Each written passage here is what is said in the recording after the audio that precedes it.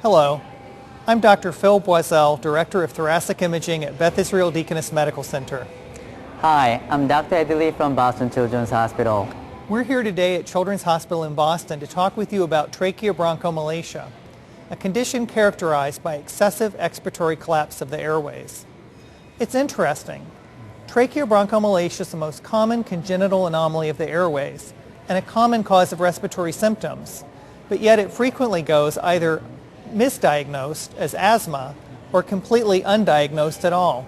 That is so true, and today we'll show you how we can perform multidetector CT for evaluating tracheobronchomalacia in children.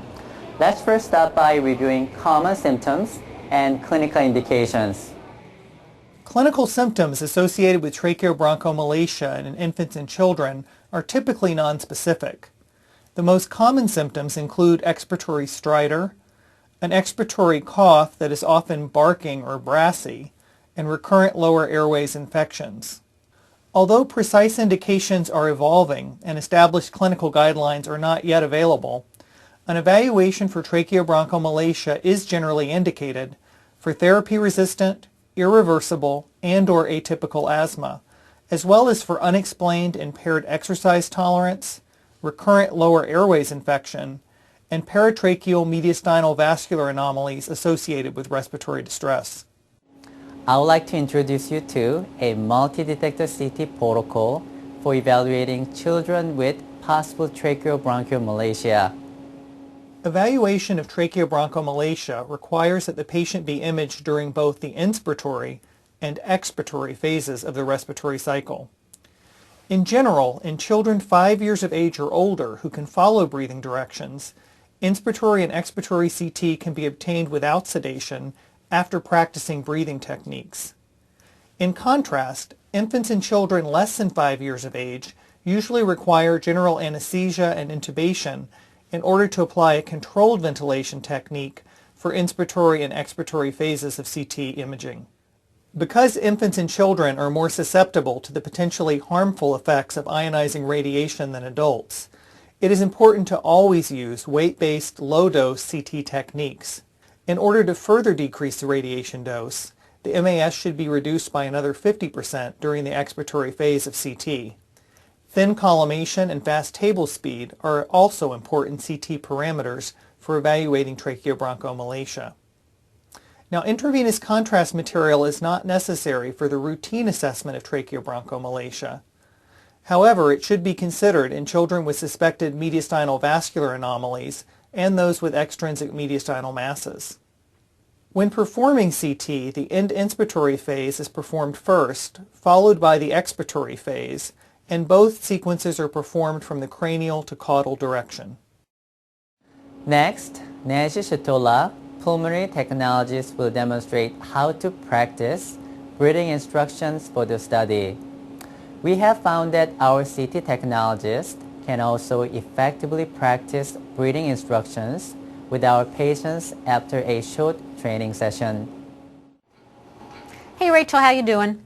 Good. Okay, so we're going to practice what we're going to do in the other room, okay? So the first thing I want you to do is put your hands up here like this. Good, just like that. Excellent. Then we're going to take some nice big breaths, okay? And I'm going to ask you to hold your breath for about 5 to 7 seconds, okay?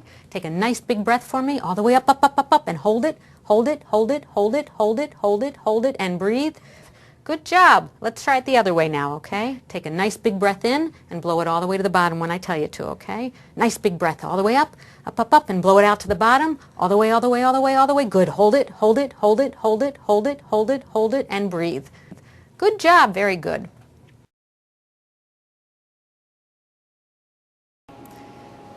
Okay, Rachel, you ready? Big breath in. Good. Big breath in. Hold it, hold it, hold it, hold it, hold it, hold it, hold it, hold it, hold it, hold it, hold it, hold it, hold it. Breathe out. Good. All right, you ready? Let's take a nice big breath in, all the way up, up, up, up, up, and blow it out to the bottom. All the way out, all the way out. Push, push, push. Good. Hold it, hold it, hold it, hold it, hold it, hold it, hold it, hold it, hold it, hold it, hold it, and breathe. Good job. In assessing for tracheobronchomalacia, Inspiratory and expiratory axial CT images must be carefully evaluated and compared at similar anatomic levels. Although the tracheal lumen can be accurately assessed on axial CT images, the obliquely oriented main bronchi are more accurately assessed using curved multiplanar volume reformations or 3D reconstructions. After checking the quality of end inspiratory and end expiratory phase CT images, the degree of tracheobronchial collapse can be evaluated by measuring the luminal area of the airways at inspiration and expiration. When there is near complete or total expiratory collapse, the diagnosis may be made visually without the need for quantitative measurements. The standard CT criterion of at least 50% expiratory reduction in the cross-sectional area of the central airways is applied for diagnosing tracheobronchomalacia. However, it is important to be aware of the potential for false positive diagnoses at the low range of positivity. In summary, we have reviewed a practical protocol for diagnosing tracheobronchomalacia using multi-detector CT in children.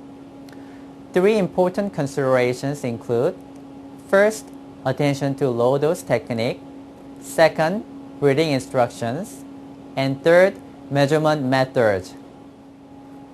We hope that you will find this information helpful for implementing this protocol in your practice. We encourage you to read our How I Do It article in Radiology to learn further information about this technique. Thank you.